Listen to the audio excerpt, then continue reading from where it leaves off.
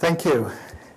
I'm acutely aware that I'm standing between you and Andrew Solomon and lunch, so I'm going to keep it moving. I'm also sort of known for doing kaleidoscopic fast things, so I hope that you don't get dizzy as I go through this. We tend to, so I'm starting the timer here before I forget to start it. Not the alarm, stopwatch, okay. We tend to think that this revolution in genetics and genomics is new. It feels sort of new, but it's not. I'm going to take you back about a century in time and show you our first time around with human genetics and what happened. These are some of the players that I'll introduce to you in this play. I'll introduce you to them more or less one at a time. And before I get started,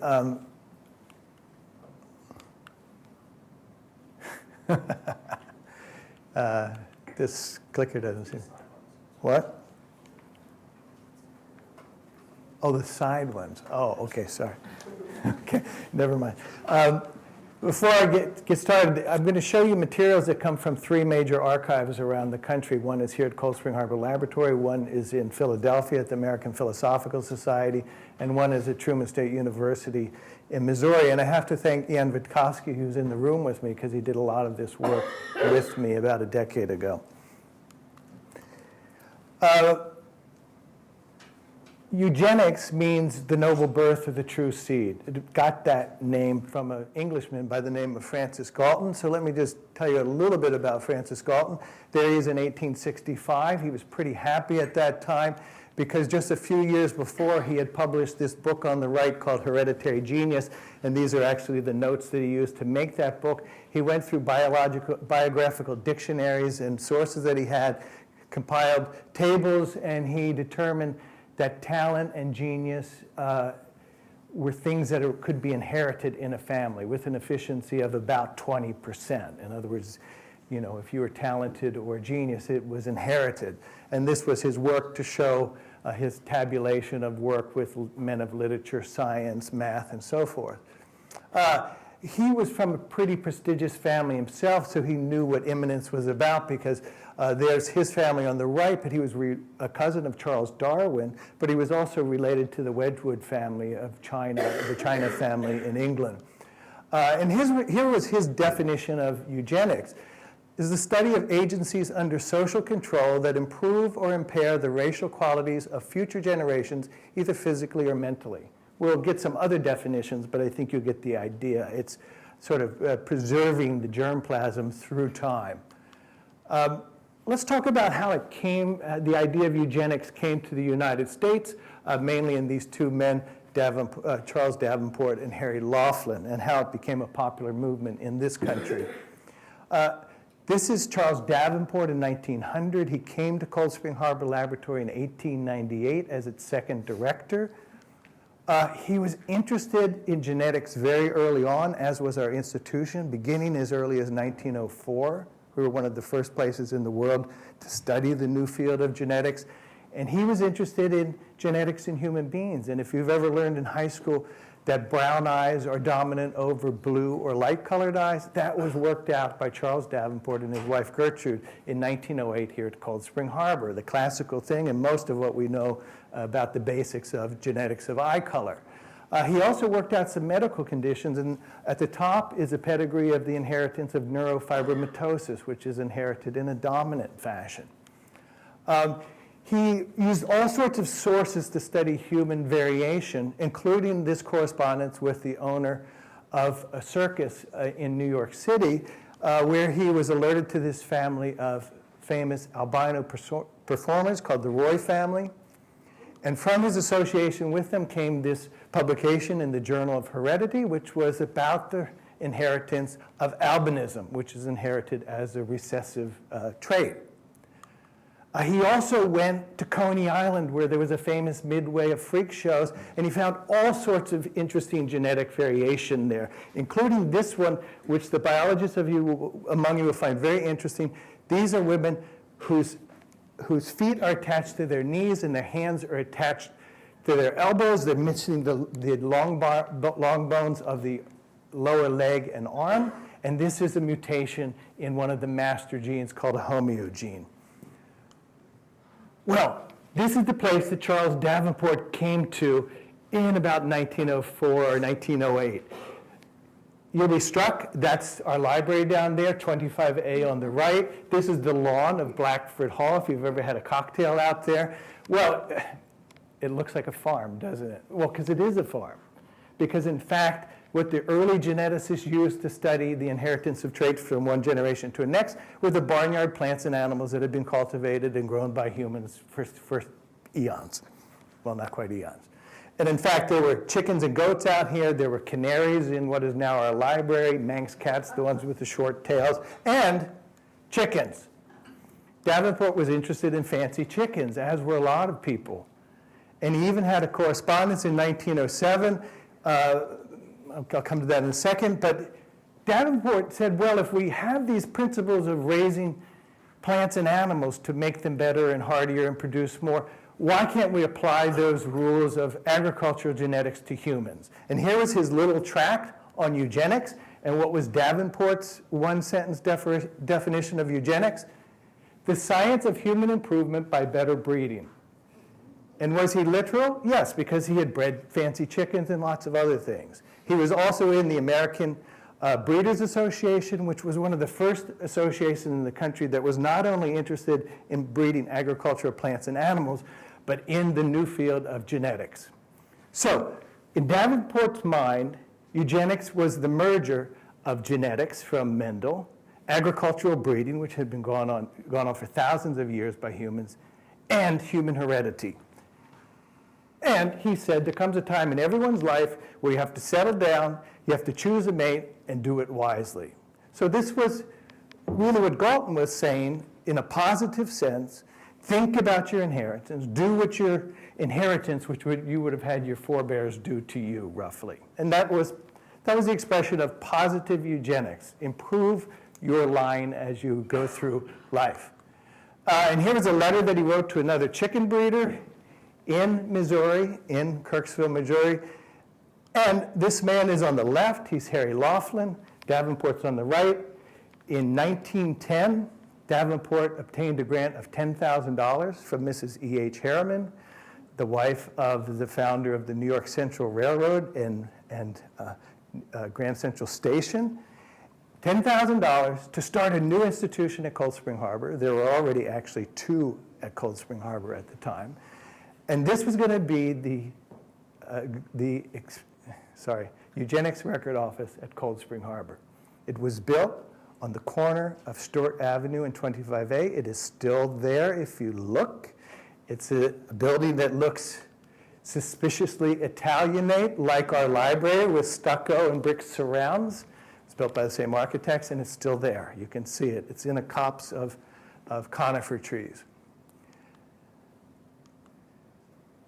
The Eugenics Records Office had a lot of early supporters, including some very prominent people. This is a famous mathematical geneticist, Irving Fisher. There's Thomas Hunt Morgan, who really canonized genetics as a field of study in the United States, and Alexander Graham Bell, who was especially interested, as you might guess, in the heredity of deafness.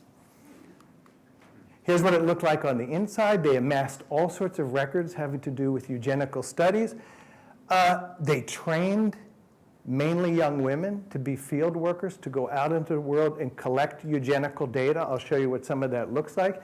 Eugenics was thought to be a great profession for women because at that time women could do about two things, which was to be a school teacher or a nurse, and now you could be a eugenics caseworker, which was also thought to require some sensitivity and, able to talk to people and so forth, which we know men can't do. Okay. So there they are in 1913. Let's see if I can get this pointer to work. Oh, there's Harry Laughlin, and there's Charles Davenport. And this is actually by a house that also exists on the corner of Stewart Road and 25A. This was the original structure called Stewart Mansion there. Here they are at another training class outside the eugenics building. And again, you see Charles Davenport and Harry Laughlin. You also notice they're all women. And what they set out to do was to set up methods that people could go out and do reproducible sorts of eugenical studies. And of course, one of the main methods of doing a study, oh, come on. Okay, one of the main methods of doing a eugenical study is to make a pedigree and to show how different traits are passed through a family from one generation to the next and so on, and what sort of keys and shading would you use to represent different genes and the passage of those genes through the generations. People would fill out voluntarily these forms on their inheritance. They had 5 or 6 different kinds of forms. People would submit them to the Eugenics Record Office. They might also then ask for advice about a proposed marriage. This was still being done, but this was sort of the scientific way of doing that. They were interested, like Galton, in the inheritance of talents and excellence. So here's the inheritance of scholarship. Here's a really interesting one if you're a sailor.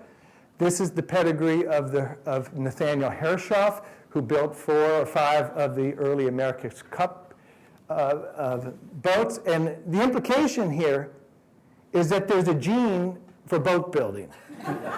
Now, you may think I'm kidding, but Davenport found a gene for love of the sea. So it was not far, I say that in quotations, of course. So it was not far off to think that there might be a gene that predisposed people to build great boats. And that's the implication here. Well, you can imagine that if you wanted to popularize eugenics, you might go to the place that's all about breeding, which is a state fair. And in the 1920s, state fairs were big affairs. Remember, at that time, the majority of the US population were still living on farms. So it was an interesting period of time. And here's the Eugenics and Health exhibit. This was a great place to introduce those ideas of mainly positive eugenics, which is how can you have a better family and healthier children. Of course, you could give all sorts of experiments that people could do with guinea pigs and see how the color of the guinea pig's coat is inherited like eye color. But there was also this extremely interesting element that came in with the Kansas State Fair in the early 1920s, which was what I call the 5 Fs. Fitter families for future firesides. And what was that? Well, it was a competition. Which of eugenically fit family? Now, at a state fair, think about it. You're there judging the fastest racehorse, the biggest pumpkin, the biggest ear of corn, and so forth. So why not judge the most best bred family in the eugenic sense? And it's funny, but it's true. And this was where you would be examined. You had every member of the family had to have a physical examination, a psychological examination, even a Wassermann test, which was for syphilis, and on and on. And at one point, the men went one way and the women went the other. You would take an intelligence test. Here's some questions from one of the tests. And at the end, there'd be winners. There they are. Governor's Trophy, fittest family. They came in 3 sizes, small, medium, large, so this would be a small one. This was the founder of the Fitter Families Contest named Mary Watts. These would be medical people who were involved in the screening and so forth, but there's one of the families. Whoops, sorry. Here's one in Texas. You can see they're quite fit. And in some of the contests, if you won, you got this fabulous medal which says, "Yea, I have a goodly inheritance." And here's the couple, and they're pouring the pure water of their inheritance into the cup of the child. And here's a winner in Kansas. Now, Jim Watson once saw these pictures, and he said, well, they don't really look very special. They look sort of ordinary. Well, in fact, they were, but there was one characteristic of virtually all the winners, is they were white Anglo-Saxon Protestant. And here's the synthesis of eugenics. Another one, like a tree, eugenics draws its materials from many sources and organizes them into an harmonious entity. And here's all the fields of study that could feed into eugenics, theoretically. And if you name your favorite field of study, and it's there. So it gives you an idea that it was very broad-ranging, and in that way, quite sloppy. It was a very popular subject in universities. 40 or more universities had courses in eugenics, and here's the one from the University of Pittsburgh. Here's the syllabuses. Like other scientific groups, they had their scientific meetings or congresses. They had 2 at the Museum of Natural History in New York in 2 different years, and here's the announcement for that. Here's the Museum of Natural History in New York. You might recognize this gallery. I think it's where they have like the American Indian stuff. And here's an exhibit. So those of you who are scientists know when you go to a meeting, there are poster sessions and lectures and so forth. Here's a poster on twins. Here's another one on laws against mixed-race marriages. Now we're going to move into negative eugenics now, but I have to tell you, the race mixing, although eugenicists believe that it should be like with like the Bible, although there's no experimental basis for that, they didn't have to really do too much because these laws were on the books in most states already from the post-Civil War period. So it was sort of a given that, okay, we're not going to have mixed race marriages. But let's move on to the second part, which is on negative eugenics. And let's talk about one of the two things that the eugenicists clearly did achieve, which was immigration restriction in the United States. From 1900 to 1924 was the biggest period in American immigration. Each year, between 600,000 and 1.2 million immigrants came into the United States during that period, except during the First World War. And almost all of them came on ships, and almost all of them were processed in New York City Harbor at Ellis Island. You would have lined up like this with other immigrants. You would have presented your documents in the Great Hall, and if everything was fine, you would have been admitted into the United States. And for many, this is what they got, which was Lower Manhattan in the early 20th century. These are the tenements. This was the part of society that lived the other way. This was how the other half lived by Louis Upton Sinclair and people like that. Did I get that wrong? Anyway, you know who I'm talking about. They were examined for mental deficiencies in a sort of cursory way. They were given tests like this. They were rounded up if they were suspected to have a mental deficiency, but it wasn't really very rigorous.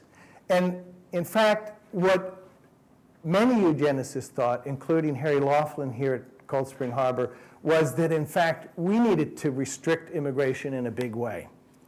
And what he did, his ideas came from his field work, because along with the classes here, they would go to mental institutions such as Kings Park, which is now defunct, but the buildings are still there. It was one of the biggest mental institutions in the United States. And they would see, you could say, the effects of bad breeding. Not the positive eugenics, but the negative side. And here's an example of what they would document, is pedigrees of people with mental illnesses, such as this family with 4 generations who are all in a poorhouse in Yaphank, New York. So, Laughlin and other eugenicists, but Laughlin was the mouthpiece, set out to do something about it. Laughlin testified 3 times in Congress before the Committee on Immigration and Naturalization, once in 1921, once in 1923, and once in 1924. His testimony was pretty much all the same, and here's an example of it. He would show graphs and charts that showed characteristics by native group, i.e. by the country you came from. And this, for example, was people who were in criminal institutions that he had done surveys of. And what you'll see at the top here is all of your sort of northern and western European countries, which had been in, those people had been in the United States for a long time. And down here are most of what you would have said the new immigrants, with higher rates of crime, higher rates of tuberculosis, higher rates of indigency, higher rates of dependency, and on, graph after graph. Also, they could look at intelligence, because remember, at the time of the First World War, intelligence tests had come onto the scene, the IQ test or its forerunners, and the new recruits had to take intelligence tests going in, being inducted into the First World War. So they had large-scale data on the intelligence of American males, and here it is here. And of course, what do you see? Higher intelligence scores among all these groups of people that had historically been in the United States for a long time, and very low ones by the groups that were coming in. On the strength of this, the Johnson Immigration Restriction Act was passed in 1924. It was a very cunning piece of legislation. It restricted immigration down to about 15% of what it had been in those peak years. And it cut back immigration from Southern and Eastern Europe, which was where most of the people were coming from, to about 10% of the total. They had been about 90% of the total prior to that year. It had its intended effect, which was it basically stopped in its track immigration from Southern and Eastern Europe as well, and that included lots of displaced Jews. Let's talk about the next aspect of negative eugenics that the eugenicists forced on society, and here's two of the characters that you'll see here. Feeble-mindedness doesn't exist as a mental disorder any longer, but it did exist back then. I don't know what happened to it. There's a great study from the one we heard last night. This was some sort of overdiagnosis, I think. It was low-grade mental illness coupled with promiscuity. So this was mainly a problem, actually, of young women, believe it or not, which is, maybe we'll explain in a little bit. Here's a pedigree of feeble-mindedness in a family. People believed that feeble-mindedness was rampant in the United States. It was believed that maybe as many as 20 million people were feeble-minded, and at that time the population was probably only 100 million. It was believed to be a gigantic problem. It led to, they thought, families like this, such as you would see in the Hudson Valley or Ulster County, New York. A lot of it had to do with this man, Henry Goddard, who worked at the Vineland Academy, which is in Vineland, New Jersey, on the way to Atlantic City. And if you've ever used those terms, if you've ever called somebody you know, or maybe even somebody you love, a moron, this is where that term came from, because these were based on IQ, moron, imbecile, and idiot. And he was the one that came up with this classification. We don't really use it anymore, except in meanness or jest, but he's the one that came up with it. And within a year or two of this, 1912, he published this very influential book called The Kallikak Family. It's based on Latin words. Kalli means beautiful, and kak means degenerate or bad. It's a moral fable, but it's masquerading as science. You can read the beginning of it. One bright October day 14 years ago, there came to the Vineland Training School a woman by the name of Deborah Kallikak. It was a pseudonym, of course, a fake name. And here's her story. There's Deborah. She was in this school for feeble-minded, mainly girls. She could do some jobs. But when he looked around, when he then started to poke around in her ancestry, Goddard found that she had lots of relatives who were very, very poor and also with huge rates of feeble-mindedness. And what he actually then deduced, that if you trace this ancestry back far enough in time, you came to this guy named Martin Kallikak, who was a soldier in the Revolutionary War. And prior to this, I don't know if this is all true, but was the fable. Prior to going off to the war, he had a dalliance with a barmaid, and she was feeble-minded. And that gave rise to this whole lineage of people, of which those ones I showed you in New York were part of, with over 400 feeble-minded individuals in this lineage. Martin, like a lot of men, straightened up later in life, came out, married a Quaker woman, and had this really fantastic lineage of normal people. Now, what was this? Here it is. If you want to look at it, look. 490 great people on one side, 480 imbeciles on the other side, and here even the Germans picked it up. It was in virtually every biology text. You know why? Because it was like a controlled experiment. One person, here's all the idiots, and here's all the normal ones. It was thought to be like the cleanest representation of what bad heredity will do for you. Well, this wasn't lost on Laughlin or other eugenicists. And what sterilization had been practiced for various, coercive sterilization had been practiced in this country as far back as 1908. But the problem is that the laws were flawed, and they were being rejected at the state level. So what Laughlin did was to write a model eugenic sterilization law that they thought would pass muster in courts of law and under appeal. They put it up for a test in the state of Virginia. In 1924, it came to the state. It was passed by the state. It went through appeals in the state, came to the United States Supreme Court in 1927. Here's the case in brief. It revolved around three people. Here they are at the Virginia colony for the epileptic and feeble-minded. This is Emma Buck. She had Carrie out of wedlock, and she was of low intelligence, so she had been incarcerated at this home for the feeble-minded. Carrie was also put there, and Carrie was put there for this reason, because she had this daughter, Carrie, out of wedlock. Arthur Estabrook from Cold Spring Harbor, from the Eugenics Records Office, came out and evaluated this case, said not only are the mother and the daughter feeble-minded, but that this 6-month-old child is also feeble-minded. Now you tell me how you could diagnose, talk about overdiagnosis, diagnose a non-existent disease in a 6-month-old child, and the answer is, of course he couldn't, but it looks like that the godmother here was showing a coin in front of her face and she wasn't tracking it with her eyes. We think that was the test that Estabrook gave. We're not certain. Well, went to the United States Supreme Court. It was a very famous decision, 1927. It was made by this very famous Supreme Court justice. The notion of clear and present danger. You cannot yell fire in a crowded theater. That was Oliver Wendell Holmes, but here's what he said about the Buck family. It is better for all the world if, instead of waiting to execute degenerate offspring for crime or to let them starve for their imbecility, society can prevent those who are manifestly unfit from continuing their kind. The principle that sustains compulsory vaccination is broad enough to cover cutting the fallopian tubes. 3 generations are enough. 3 generations of imbeciles. Emma, Carrie, and the baby.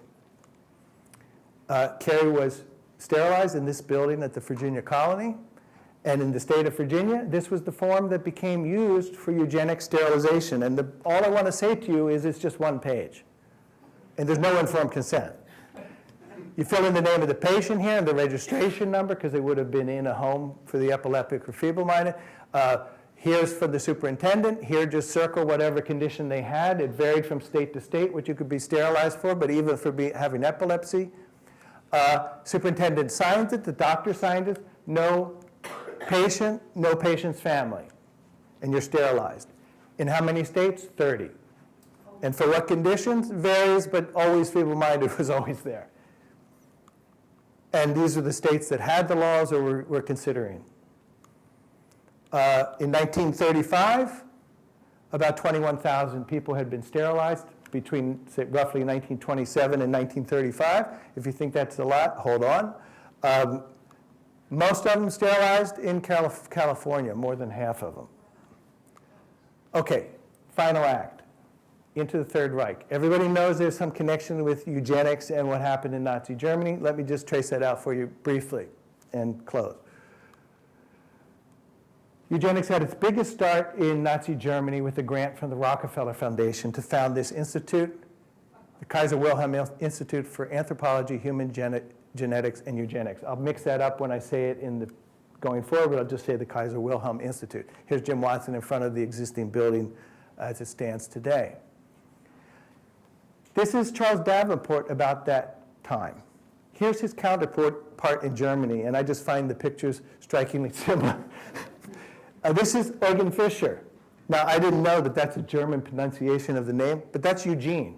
That means eugenics. That was a name that became popular because of the eugenics movement.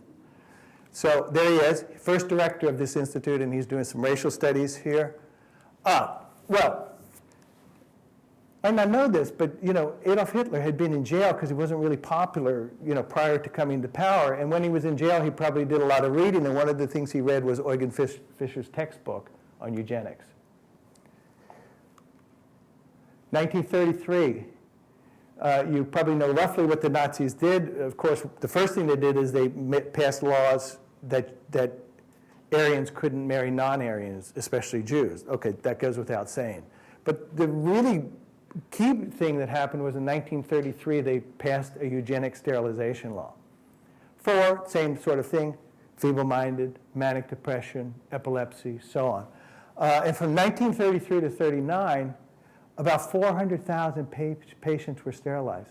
That was 20 times more than had been sterilized in the previous 7 years in the United States. So they took it up with a vengeance. I hate to say it, but some of the eugenicists were applauding. Why? Because Harry Laughlin would have loved to have such a broad program going on in the United States. And Harry Laughlin was was recognized with this honorary degree from the University of Heidelberg in 1936 because they had followed his model law. It's almost identical, the German law, if you read them, almost word for word. Okay, so they did a great job at sterilization in Europe, far better than, in Germany, far better than we achieved. Now, at the meantime, scientifically, eugenics had been discredited. It was still moving on as a popular movement. It was still embraced by the Nazis, but it had been discredited scientifically from lots of lines of evidence. I can't go into them now. And in fact, the Carnegie Institution of Washington, which funded the Eugenics Record Office, came to Cold Spring Harbor in 1935 with a group of people, and they basically looked over what Davenport and Laughlin were doing, and they literally said, it's all worthless, especially using it as a basis for social legislation like sterilization and immigration restriction. They said, stop it. And what did they tell Davenport to do if you read the documents? They told him to stick to horses, because they actually liked his studies on the racing capacities of thoroughbred horses. I guess they were gambling people. The Eugenics Record Office at Cold Spring Harbor closed at the end of 1939. Laughlin moves back to Kirksville, Missouri. He builds his dream house, and within a year of that house being built, he's dead. Goes on in Europe. So the Germans had a problem. They were fighting a war on two fronts, in the east and in the west. They had lots and lots of wounded soldiers coming back, and they had lots of beds that were still being occupied by sterilized but mental patients. So the next step was, in fact, to euthanize those patients to make room for the wounded soldiers. So you may think that the Jews got the initial brunt of the Nazi euthanasia program, but no, it was in fact the mental patients. And this was one of the hospitals where this began in Bernburg. It was very simple, which was one group of psychiatrists and medical doctors looked over the cases of people who were in the mental institutions. If they felt that that person should be euthanized, they put one cross mark. That went to a second level of review by more or less academic psychiatrists in universities. And if they put a second mark, you were marked for euthanasia. And these centers were in the basements of these hospitals. Here's Jim Watson and a historian in the gas chamber at Bernburg after the gassing with carbon monoxide gas initially. Some of the brains were taken out and shipped back where? Kaiser Wilhelm Institute in Berlin for study.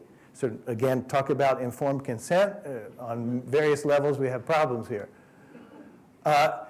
These were the euthanation centers in Germany for the mental patients to clear out the hospitals, and then these were the extermination camps for the Jews, Gypsies, and Social Democrats.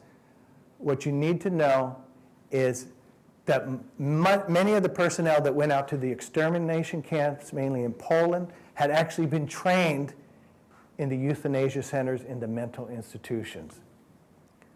Final thing. Second director of the Kaiser Wilhelm Institute is this man, Ottmar von Verschoor. He loved twin studies. Here he is prior to going to the Kaiser Wilhelm at the University of Frankfurt. He studied twins in all ways, measured them in all ways. The eugenicists love to do that. And he had an assistant who helped. That assistant went on to Auschwitz. His name is famous. He's the angel of death, Joseph Mengele.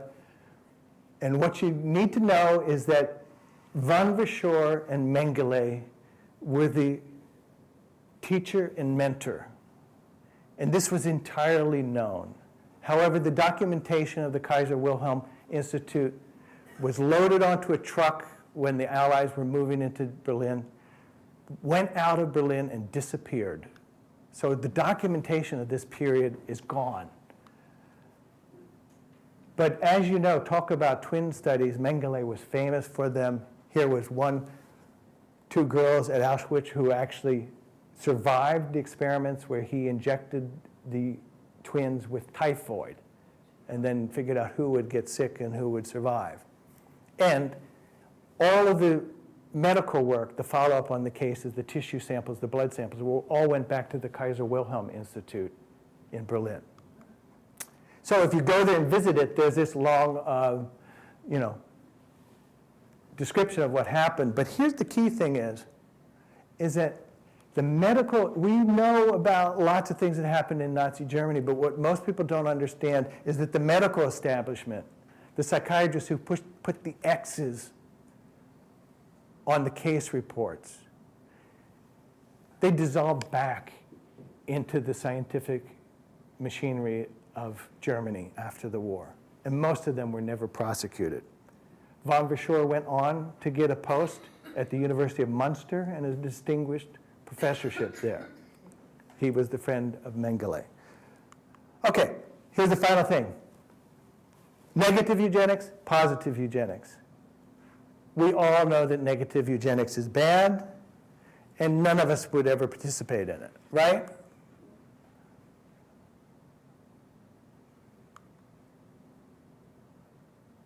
It's still going on, of course, just minus the Nazis and minus, some of the paraphernalia. Forced sterilization occasionally still goes on. What you need to know is in the United States, eugenic sterilizations were going on into the 1960s, and 60,000 people total were sterilized in this country.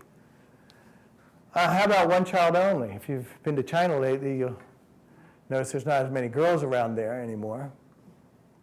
How about abortion? How about contraception? Now, hopefully, as we go on this, what I call the slippery slope, sooner or later, you'll see something that you might have done. Not necessarily this. Here's the bonus that you can get in Singapore if you have a child. In fact, you're more likely to get one if you make more money. There's bonuses like this of some sort. We have one here. It's called the child tax deduction. How about family planning?